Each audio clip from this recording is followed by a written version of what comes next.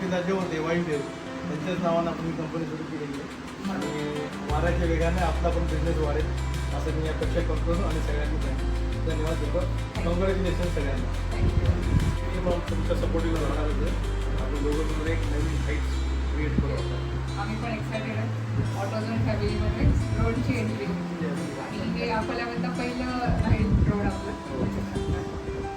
tractor drone आणि construction